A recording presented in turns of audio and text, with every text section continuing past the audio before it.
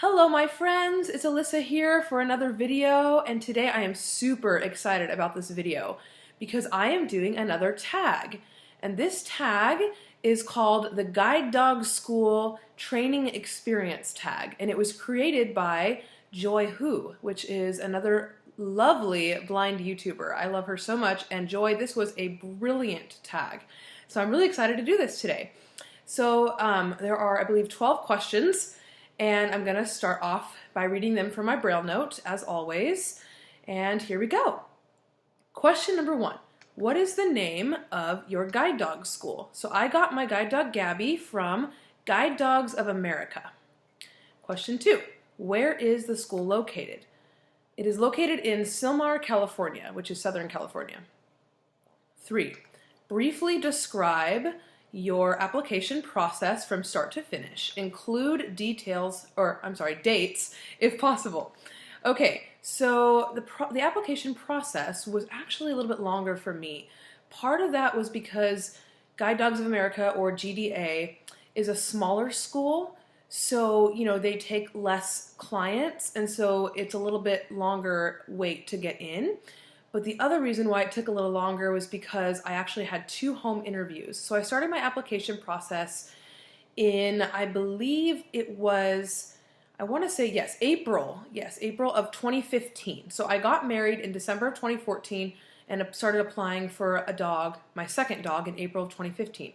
I actually got my first dog from another school, and so I had retired her 2.5 years earlier than, I think it was 2.5 years earlier than that, I retired her in 2013, sorry. And then 2015 is when I applied for Gabby. So that was April. I had my first home interview from Guide Dogs of America in June. So it took a couple months to get everything settled, and then one of the trainers came out and interviewed me. And it happened that where I lived at the time, I didn't realize it, but it wasn't very accessible for a guide dog. There wasn't really good routes and walking places, and so the instructor actually advised that I should move to a different location. She said, yeah, I really do think you are a great candidate, obviously, for a guide dog because you've had one before, but I think where you live right now is not best. So we ended up relocating, which my husband and I were going to do anyway, which was great. And then I had another home interview in January of 2016, and I got accepted to the class to get Gabby in April of 2016, and I went there April 3rd. So it was kind of a longer process for me, and all it took a year to really get accepted and go to class. But again, that's partly because it's a small school and partly because I had to have 2 home interviews. Question 4. How many people are in a typical class at the school, and how many classes graduate each year? So like I said, GDA is a smaller school, so things are kind of starting to change there. I think they're starting to add more classes, but when I was going, we had 4 classes a year. So we only had a January class, an April class, a June class, and an October class. And then sometimes they would have a retrain class, short one, in December. And usually the amount of students in my class was, I believe, 9. We had 10, but I think 1 didn't come, so we ended up having 9 students. So I think it averages 10 in each class. So if there's 4 classes a year, then that means we have 40 graduates per year. But I think, like I said, they're expanding that, which is awesome. Question 5. What dog breeds are used at your school? So we have a lot of breeds that are used. We have, of course, black labs, which Gabby is a black lab, yellow labs, golden retrievers, golden lab crosses. I think occasionally we do use chocolates, but they're very rare, like usual. Chocolates are a very rare lab in general. And then I know that, wow. I know that we also use German Shepherds. We had a German Shepherd in our class, which I thought he was the coolest in the world. He was so big and like a lion. So they have really pretty German Shepherds. I think occasionally I've heard of a standard poodle being used. Again, those are pretty rare. I know in Joy's video she said that they were pretty rare at her school too. So at my school they are also pretty rare. I think they only use them for allergy use. I think you can request one, but I think it's a long wait if you do that. And I don't know of any other breeds they use. I think that's it. Question 6. What did your training look like? Include details about duration and structure. Okay, this is fun. So, training at GDA, a typical class for a first-timer is 28 days, so it's about a month. But for me, because I was a retrain, I'd had a dog before, I stayed 21 days, so 3 weeks. Our graduation, we actually had a formal graduation ceremony. It was on the 21st day, so it was after 3 weeks. And then the other people that were first timers just stayed an extra week after that. So that was the duration. And then the structure, basically we did a lot of, like in the beginning, we did a lot of what's called Juno, which is working with an empty harness. The instructor holds the other end and they kind of like, get to know your pace and, how you walk, and so they know what kind of dog to match you with. They already had my match in mind when I got there, but we didn't get our dogs until, let's see, we got there Sunday night, and I don't think I got Gabby until Tuesday afternoon. Was it Tuesday afternoon or was it Wednesday afternoon? Now I can't even remember. Yes, it was Tuesday afternoon. So Monday was the only day, and Tuesday morning was the only day that we prepared by using Juno, and we did a lot of walks so that they could test and make sure they had the right match for me, which obviously they had the perfect match for me. And then, once I got Gabby, we did a lot of routes in downtown San Fernando, which is like where our local lounge was and where the local place was that we worked. We did a lot of routes with our instructors, and then as we, got comfortable, we got to do routes on our own here and there, and we met our instructors at a certain location. And then we also did evening routes, which I really enjoyed. We did routes at night when it was dark, and I love the dark, so I really enjoyed working with her then. And we had a lot of fun times too, so it was just amazing. I loved training.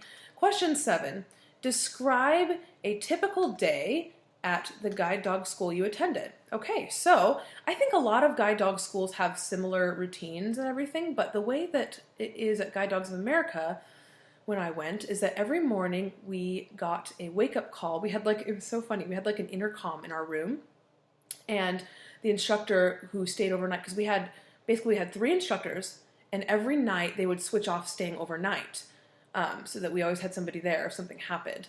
So every morning at 6 o'clock, whatever instructor was there would come on the loudspeaker and be like, okay, wake up, time to get up. That was our first week. And then after that, we kind of just got up on our own. But we'd get up at 6 o'clock and we would feed, water, and relieve our dogs. So we'd give them food, give them water, take them out to our back patio, back relieving circle to relieve. And that was usually done by about 6:30. And then our breakfast was at 7 o'clock. So I would get ready for the day and then go to breakfast. And then we had another relieving at 8 o'clock, so we'd take our dogs out again to go to the bathroom. And then by, I think it was like 8:15, we would meet in the lecture room, and we'd have a lecture in the morning, just, a little lesson on, guide dog work and everything. And then we would go out for our morning route, our morning walk, which usually was in downtown San Fernando, or we would go to the mall sometimes too in the morning, and we would just switch off working with our dogs, and then we'd come back. By the time we got back, it was usually about 11:30, and that's when we would give our dogs water and take them out to the bathroom again, so relieve them again. And then lunch was at noon. And then after lunch, we would usually have free time for about a half hour, and then around 1, we would take our dogs out to relieve again. So they had a lot of opportunities to go to the bathroom. And then at 1:15 was another afternoon lecture and another walk in the afternoon. Usually that would be downtown San Fernando again, or sometimes we would go to, practice like another sort of skill, like escalators or something like that. They usually, in the afternoon, they usually would personalize it. So like if we needed a certain training for where we lived, they would do that. And it was super fun. I loved afternoon walks. I was really energetic by that time. And because I already had a couple cups of coffee. And so we did that. And then by the time we got back from our afternoon walk, it was usually about between 3:30 and 4 o'clock. We would have a little bit of free time. Then at 4:30, our dogs would be fed again, their dinner, and have water and be relieved again. And then usually around 5, we would have another lecture, and then dinner was served at 6. So we would have some free time if we finished lecture early. And then after dinner, we would go back to our rooms and hang out. And then around 7 o'clock, our dogs would get their last bit of water for the night. And then we almost always had free time until 8:30, which is when they had their last relieving for the night. They went to the bathroom, and then after that, I would always go right to bed. Some people would stay up, but 8:35, I was in bed because it was an early, morning the next morning. So that is our typical day. There's a lot going on, as you can tell. It's a very busy day. So for 3 weeks, that's what we did. Question 8. In 3 words, describe your first meeting with your guide dog. I love this question.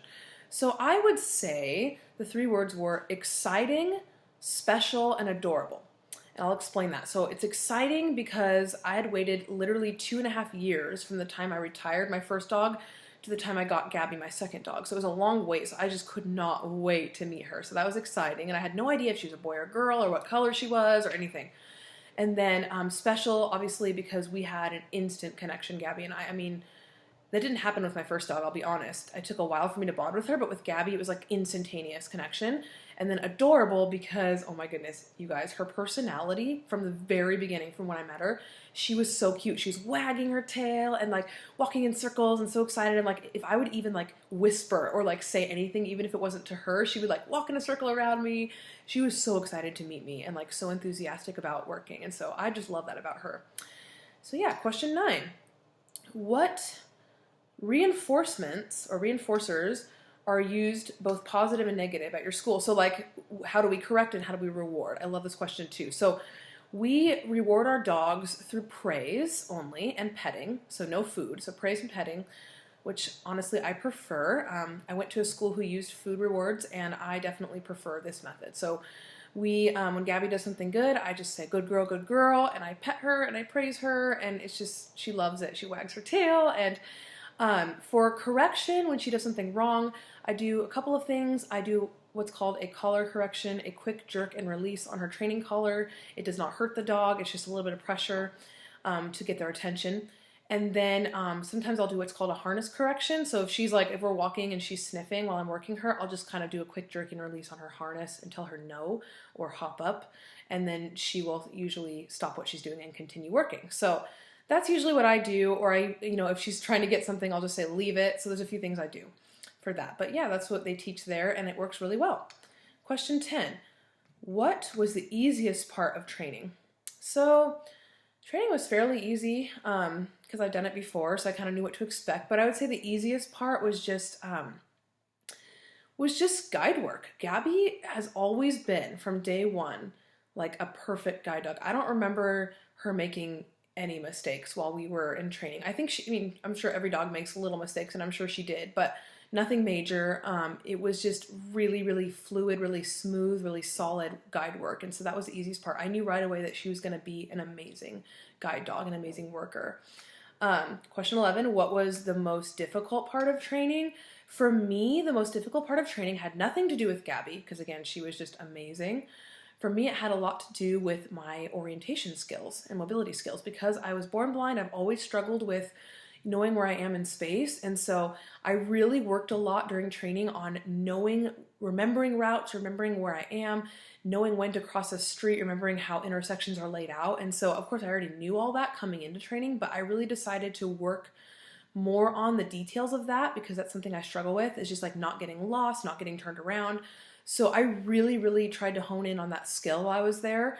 And I learned all the streets and intersections and everything, and I feel like that was the hardest part, but it ended up being the most rewarding in the end because I left with so much more skills than when I came. And my instructors were so patient with me, and they helped me every step of the way to make sure I was confident, not just with Gabby, but with myself and my own skills, which was awesome. Question 12. What was your favorite or most memorable moment of training? Oh my goodness, so many. I don't even know where to start. I would say graduation day was the most memorable. It was the last day of training. I remember it was April 24th, 2016. It was a Sunday morning and at 10 a.m. I mean, I remember everything about it. And I got to meet, right before graduation, I got to meet Gabby's puppy raisers, who I'm in contact with today. I love them so much. And so that was really memorable. Pretty sure I cried. And then during graduation, I definitely cried while I was giving my speech. I got to give kind of like a thank you speech to the raisers and to my trainers, and just, oh my goodness, that day was so memorable. I mean, it was like graduating with her, becoming a certified team. I don't know if there's any other moment like that, except for obviously my wedding, which was way better. But this was like second to that, like one of the best days of my life. Just like graduating with her, and it was so memorable. I'll never forget it. I remember every detail of that day. So it was definitely the most memorable part of the whole training. There were more, but that tops them all. So anyway, I loved these questions. Thank you, Joy, again for tagging me. She tagged me, and I was so happy because I really wanted to do it as soon as I heard it. So I'm going to tag 3 people today. I'm going to tag Nicole from Crafty Blind Chick, who got her dog from Guide Dogs for the Blind. Would love to hear your answers. And then also I'm going to tag Emily from Fashioneyesta and Lucy from Yesterday's Wishes. And those two ladies, I believe you guys got your dogs from a school in England. I'm not exactly sure what it's called or anything about it. So I really, really want to know kind of the deal with that. I would love to hear you guys' answers. So I'm looking forward to that. Thank you all so much for watching. Thank you, Joy, again for this tag, and I hope this goes viral among the blind community because I think it is brilliant. Have a blessed day, and I will see you guys in the next video. Bye!